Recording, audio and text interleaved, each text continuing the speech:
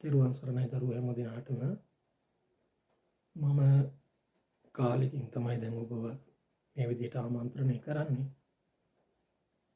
දැන් අවුරුදු 7ක විතර අධ්‍යක්ීමුත් එක්ක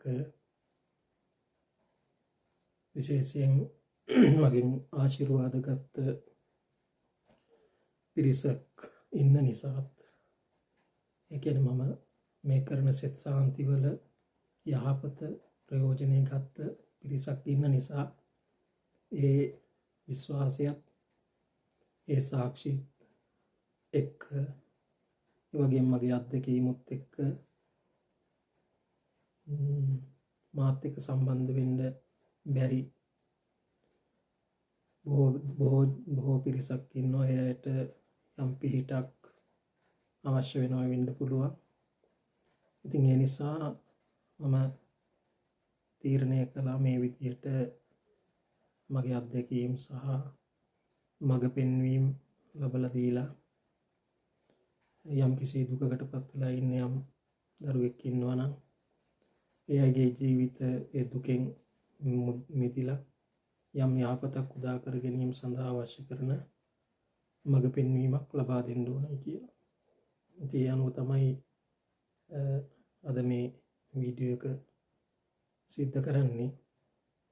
ඉතින් මුලින්ම මම තීරණය කළා මේ කොහොමද තමන්ට ඒ වගේම තමන්ගේ නිවසට යම් දෝෂයක් තියෙනවා නම් හඳුනා ගන්න ආකාරය පිළිබඳව යම් කිසි විදිහක දැනුවත් භාවයක් ලබා ගන්න කියන එක ගැන. එතකොට මේක මම යම් කාලයක් තුල අත්දැකීමෙන් ලැබිච්ච අවබෝධයත් එක්ක තමයි ඔබට මේ දැනුවත් කිරීම කරන්නේ. දැන් සාමාන්‍යයෙන් නිවසක් විවිධාකාර දෝෂ තියෙන්න පුළුවන්. එකක් තමයි ඔය අනවින කොඩි විනවල ඒ වගේ බලපෑම්.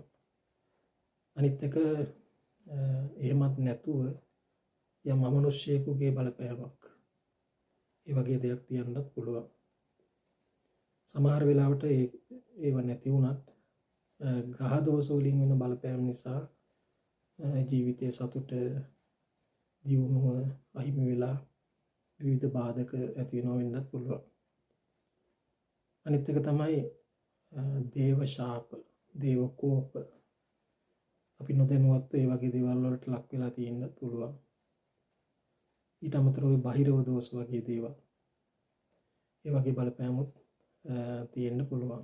ඉතින් ඒ වගේ විවිධ හේතු නිසා මේ දරුවන්ගේ ජීවිතවලට විවිධාකාරයෙන් දුක් වේදනා, රෝග පීඩා මේ වගේ දේවල් ඇති වෙලා ජීවිතයේ මානසිකවත් කඩාගෙන වැටිලා, ආර්ථික පැත්තෙත් කඩාගෙන වැටිලා ගොඩාක් ප්‍රශ්නවල මිරිකිලා හිර වෙලා ඉන්න වෙන්න පුළුවන්.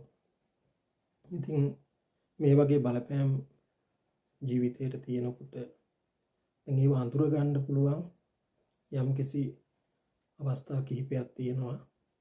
එකක් තමයි අපි ගත්තොත් ගෙදර අමනුෂ්‍ය දෝෂයක් වගේ තියෙනවා නම් කොයිතරම් ගෙදර මේ පිරිසිදු කරත් ඒ පිරිසිදුකම තියාගන්න බැරි තත්ත්වයක් තියෙනවා. අඳුරු ස්වභාවය, ඊළඟට පාළු ස්වභාවය, අන්න ඒ වගේ දේවල් ඇති වෙන්න පුළුවන්.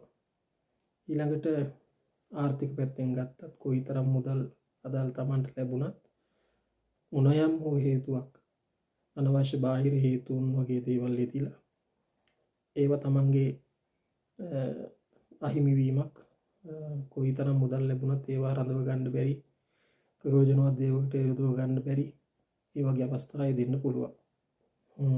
ඊට අමතරව ගෙදර දොරේ නිකන් එකිනෙක අතර මතභේද, ගැටුම් මේ අනවශ්‍ය විදිහට කිසිම සාධාරණ හේතුවක් නැතුව එකිනෙක අතර විරසක ගැටුම්, ප්‍රශ්න, මතවාද අනවශ්‍ය විදිහට ඇති වෙලා ගෙදර සමගිය නැති වෙලා ඒවා කඩාකප්පල්කාරී වෙලා නිකන් එපා කරපු ජීවිතයක් ගෙවන්න වෙන්න පුළුවන්. ඊළඟට විවිධ රෝගාබාධ එකක් වුණොත් එකක්. ඒ වගේ මේ සමහර වෙලාවට වෛද්‍ය ප්‍රතිකාර ලබා ගන්න ගියත් ඒ වෛද්‍යවරුන්ටවත් හොයාගන්න බැරි, ඒ නූතන තාක්ෂණයකටවත් අහු වෙන්නේ නැති විවිධ ලෙඩ රෝග ඇති වෙන්න පුළුවන් මේ අමනුෂ්‍ය බලපෑම් ඊළඟට මේ විවිධ දෝෂ තත්ත්වයන් හේතු කරගෙන. ඊළඟට තමයි මේ ගෙදර අවට පරිසරයේ බොහෝම පාළු ස්වභාවයක්,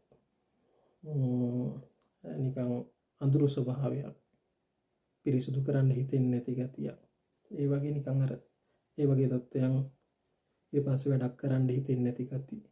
ඒක මේ අර සාමාන්‍ය තත්ත්වයට එහා ගියපු ඒ ගති ස්වභාවකේ Tamanටම දැනෙනවා මේ යමක් කරන්න උවමනාව තියෙනවා, නමුත් කරන්න හිත දෙන්නේ නැහැ.